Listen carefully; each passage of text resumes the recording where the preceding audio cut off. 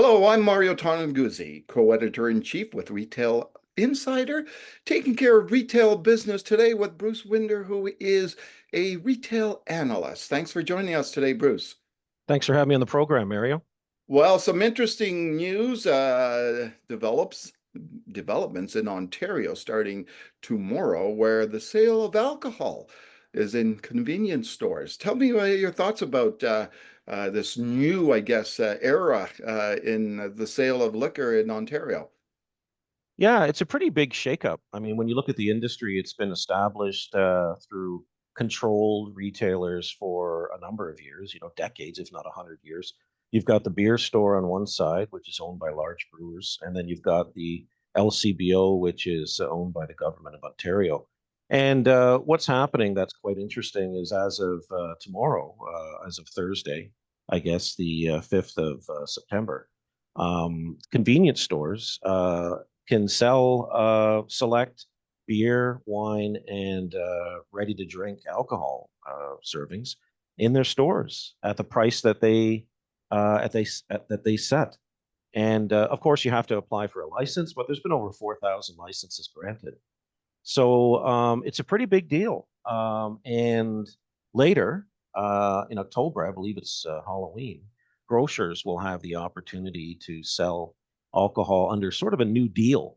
Mm. Some grocers have already been selling alcohol in Ontario for a while now, but this is a bit of a new deal that's coming out for them. Yeah, so we're going to see significant disruption in the alcohol market in Ontario. What impact do you think it's going to have for the consumer, first of all?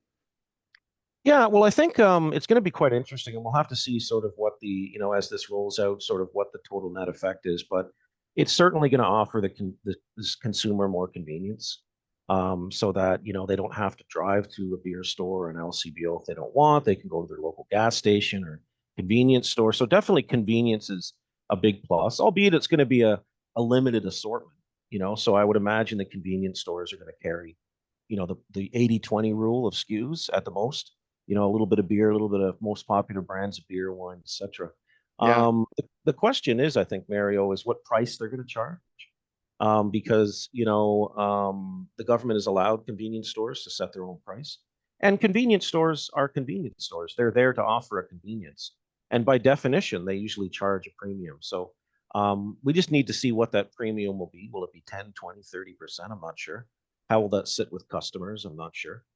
The other part of this that's what we haven't talked, I think, enough about is there's a bit of a barrier on the grocery side, though. So Mm. grocers are, on deck to potentially start, like I said, in the end of October, but not many grocers have signed up for the new program. And my hypothesis is that there's a couple of issues there. One is the margins in alcohol are less than 5%, Mm. which is not much. Even for grocery, that's not much, right? And the other thing, and this is the big one, I think, is that come January 1st, if you're a grocer over 4,000 square feet, you have to become a de facto return center for bottles and cans. Mm. And this is, I think, a big issue because grocers aren't built for that. Mm. Grocers, are you'd have to add labor, you'd have to add capital, you'd have to maybe add also put in some issues as it relates to contamination of food. So you've got all this fresh food in the back, and now you've got all these used empties. That doesn't sit well, right, in terms of Mm. hygiene. So I think the industry is sort of going to be at a wait and see approach on the grocer side. Convenience stores, that seems to be, hey, go forward. 4,000 stores have signed up. But I think on the grocer side, the government might be surprised or disappointed at the update. So tell me, Bruce, what's been the response, first of all, from consumers on this? I think it's been mixed, Mario. I think, some consumers say, thank God, this is great. Why did it take you so long? If you look at other provinces like Quebec, they've been doing this for a long time now. Yeah. And then there's other consumers who are like, you know what? Do I really want this? Do I want it in my neighborhood? Do I want to see people outside drinking? Do I want to, is it going to make people drink more? Is it Yeah. going to harm? Is it going to be an issue with addiction? So there's Yeah. all kinds of questions on the social side, but most people, sort of from an economic side, see the benefit.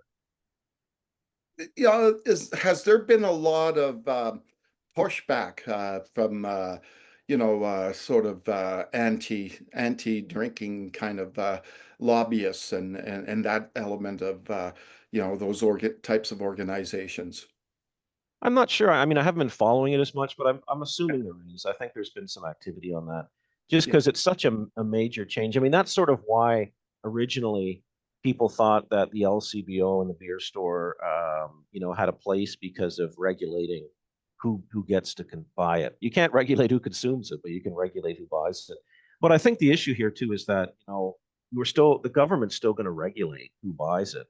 yeah, There's going to be a step in the process. If you're a convenience store or a grocer, you have to still check ID and make sure that yeah. the person's buying it is at the right age. So I don't think that's going to change, but the perception of that may change. The fact that it's different. Anytime you have something different in a market this big and such a politically charged or socially charged market, you're going to see some blowback from special interest groups for sure. Are you going to check it out tomorrow? Yeah, I'd like to. I'd like to go check it out. I'm probably not going to drink, but I'm not a big drinker. I might have a Coors Light, but yeah, definitely, I'm going to go check it out and also check out social media to see what the response is, just to see how Canadians feel. And there's going to be a whole bunch of different feelings on the issue. But Yeah, yeah, definitely, this is. I mean, as a retail student like myself, I just love seeing differences in retail, and it's quite fascinating. yeah, And even on the way to work yesterday, I was driving down the 401 and I looked up and I saw an outdoor board, electronic board advertisement yeah. here at the airport. And it was from Circle K saying, "We have Coors Light now coming this Thursday." So I thought that was interesting just in terms of how this is going to work out. And yeah, we'll have to see how it works out. There's going to be some unintended consequences. There's going to be some pluses and minuses. We'll Yeah. just have to see how the whole thing shakes out at the end of the day. All right, wonderful. Thanks for joining us today, Bruce. Anytime, Mario. Take care. All right, that was Bruce Winder, who is a retail analyst. I'm Mario Toneguzzi, co-editor in chief of Retail Insider. Thanks for joining us today.